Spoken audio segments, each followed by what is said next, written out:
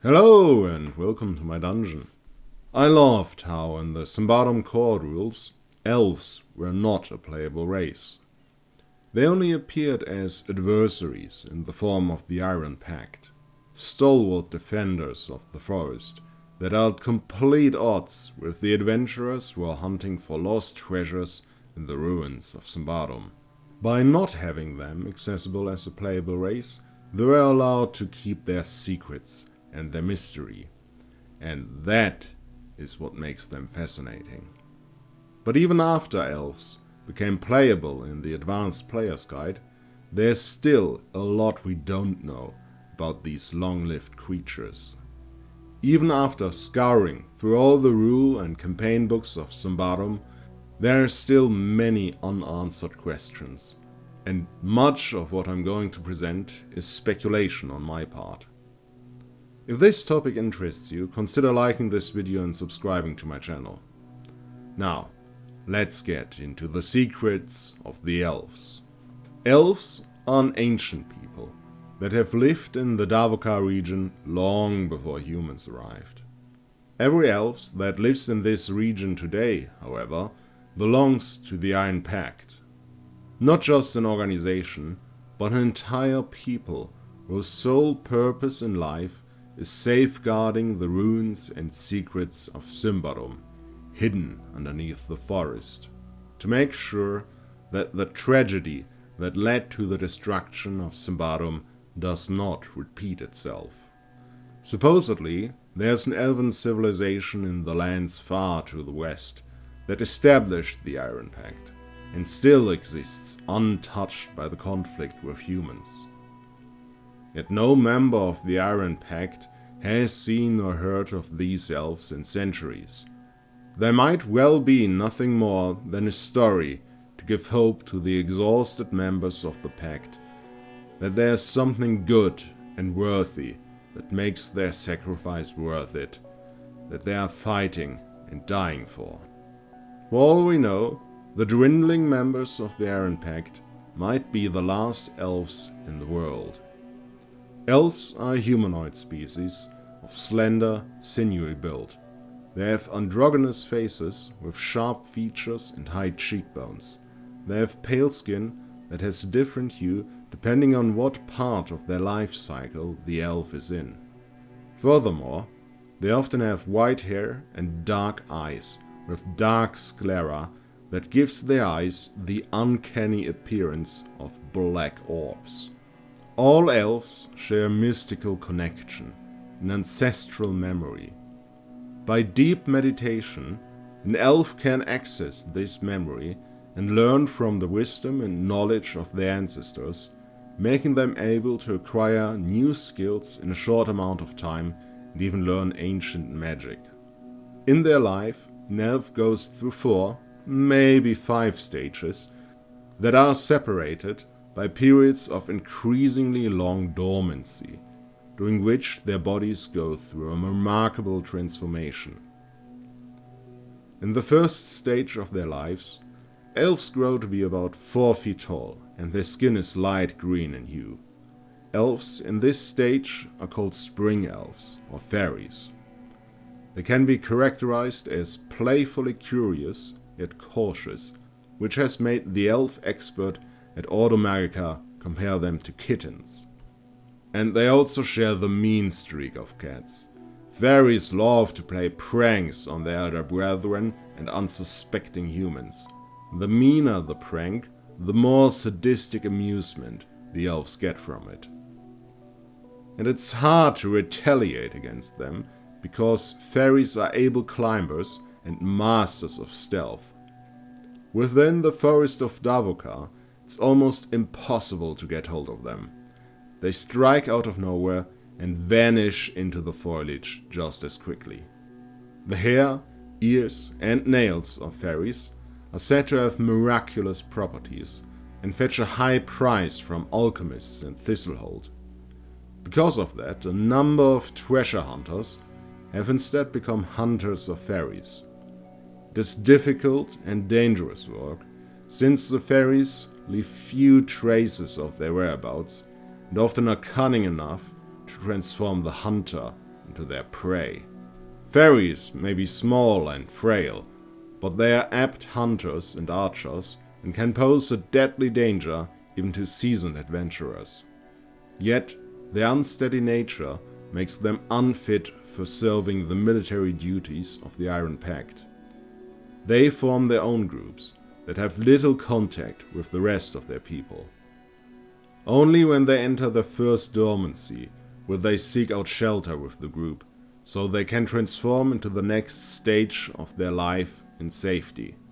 A dormancy is a long, death-like slumber, during which the body and mind of the elf changes. The first dormancy usually lasts long months, up to a few years, after which a young summer elf awakens to the next phase of their life. The so-called elflings are still curious, but not nearly as cautious as fairies. They are known as hot-tempered, aggressive, and impulsive, bordering on foolhardy. They grow up to 5.5 feet tall, have light yellow skin, are nimble as meerkats, and with about 150 years to train, they develop into skilled warriors, qualified to take on any human fighter. And fight they will, for every summer elf is initiated into the Iron Pact in a ceremony where weeping elders, led by Prince Ineano himself, beg newly awakened elflings for forgiveness for having forced them to be born, live, and die in the forest of the death shadow, Davokar. The elflings form the backbone of Davokar's defense force. Lightly armored and equipped with spears and bows, they are a fast-striking, mobile force. Iron Pact warbands are most often led by an autumn elf or older summer elf, but sometimes the boiling anger and impatience makes the elflings renounce the guidance of their older siblings. Such warbands, consisting of between 10 and 30 elven hotheads, always prefer attack over defense, and may very well assault villages in the Ambrian lowlands instead of their normal targets like outposts, caravans, and free settlers in the woods. If a summer elf survives this 1.5 centuries of military service in the Iron Pact, they enter their second dormancy. This one can last up to 50 years.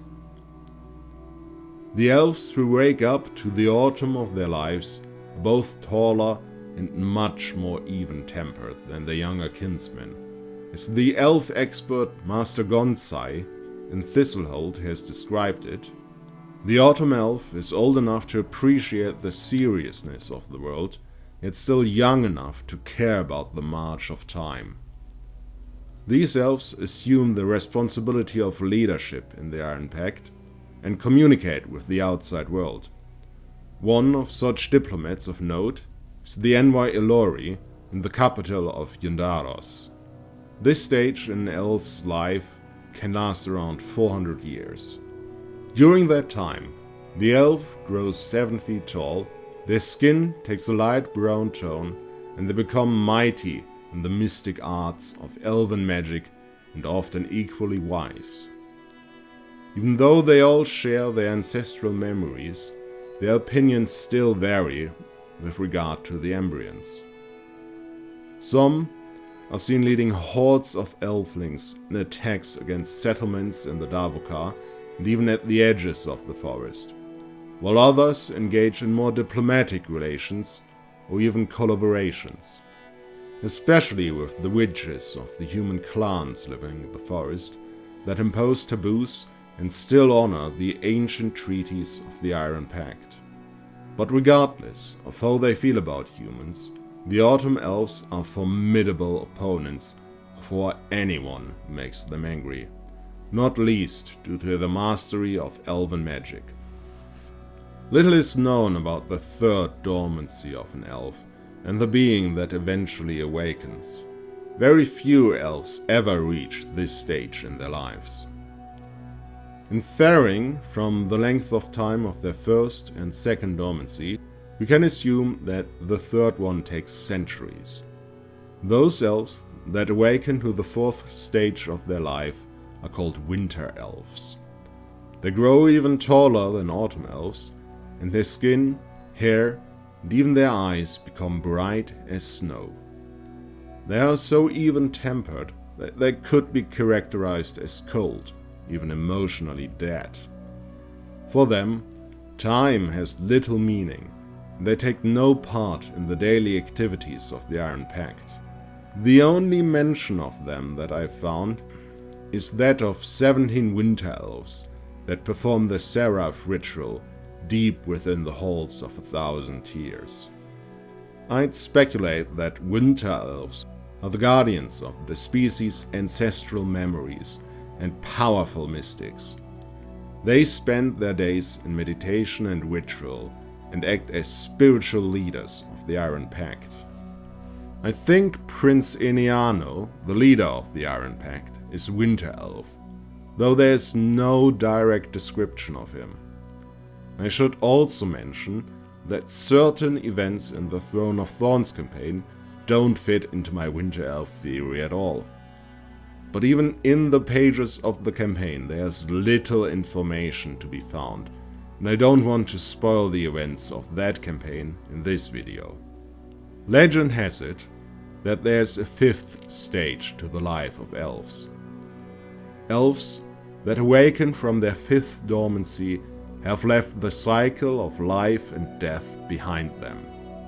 Time no longer holds any meaning for them, and thus they are called Eternity Elves. These beings are exceedingly rare and powerful like demigods, but driven by a single purpose. There are two known examples of Eternity Elves.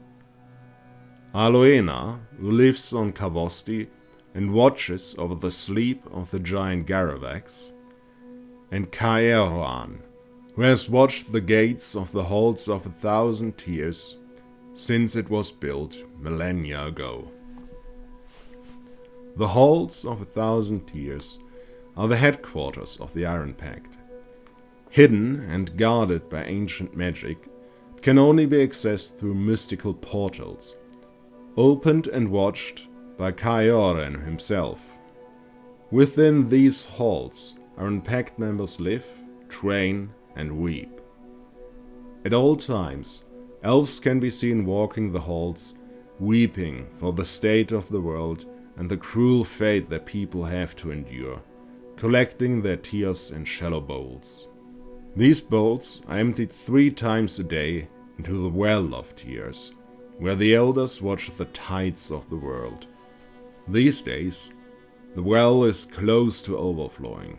With Davokar growing darker, fewer and fewer elves survive their dormancy. The losses in the fight against abominations and embryons are mounting, and the number of elves is dwindling. To bolster their ranks, the Iron Pact has for a long time abducted human children to raise and indoctrinate into their ranks. The elves have long since known that abductees are loyal and good learners, but much to their surprise, some of them have also proven capable of wisdom. Very few elves would ever admit this. To most elves, the abducted humans are almost akin to faithful pets, useful and absolutely possible to love, but never to be regarded as equals. Often, or nowadays more likely sometimes, when the elves abduct a human child, they leave a changeling in its place. These creatures are spring elf infants that have been deformed through the Seraph ritual, an abhorrent mystical practice teeming with corruption. But to the Iron Pact, the ends justify the means, and through this practice they gain vital intelligence from and influence in the human lands. Because the mystics that made the changelings can watch through their eyes, hear through their ears, and even speak through their mouths if the need arrives. In this way, the elves have kept an eye on the humans since long before the clans were formed. A changeling looks human during childhood and starts to develop more elf-like features in their adolescent years, though without ever becoming an elf in the true sense of the word. A changeling reaches adulthood at approximately the same age as a human. The changeling then continues to live a long life, but without ever taking any further steps in the elven life cycle. This is a side effect of the Seraph ritual. A changeling will never enter any dormancy to enter the next stage of their life. But they also don't seem to age, and seem to have no natural limit to their lifespan. Though this can only be speculation. Most changelings die long before they grow old. A changeling's lot in life is usually a hard one, since most of them are driven out of their homes by their adopted families when their true nature has been revealed, if they are not killed outright. This traumatic experience leaves them traumatized, bitter, and estranged from human society. Changelings are sometimes taken in by witches or wizards to serve as assistants, but most of them end up on the streets where they have to fend for themselves as best they can, often leading them to a life of crime. Helping them is their mystical ability to change shape, a leftover of the Seraph ritual that created them. They can change their appearance to look like anyone, an illusory effect that lasts until dawn. Thanks to this, changeling make gifted con artists and spies. Some changelings become treasure hunters, looking for their fortune in the ruins of Symbaroum or for the elves of the Iron Pact and their origin. Like this, some changelings will join the Iron Pact, though others might grow to help their sires when they find out how and why they were created. Like Len the Cartographer, formerly known as Len the Left, Ravina's troubled companion is now seeking a way to get revenge and kill Prince Eneano. There is still a lot about elves that is not discussed anywhere in the lore. For example, it is not mentioned anywhere how elves even procreate. My speculation is that procreation is left entirely to spring elves, similar to how goblins are the only form of trolls that procreates. I think this makes sense. Elves and trolls are both native to the Davokar region and seem to share many other similarities in their life cycle. Anyway, that is all I have for today. I bid thee farewell, dreamer, until we shall meet again.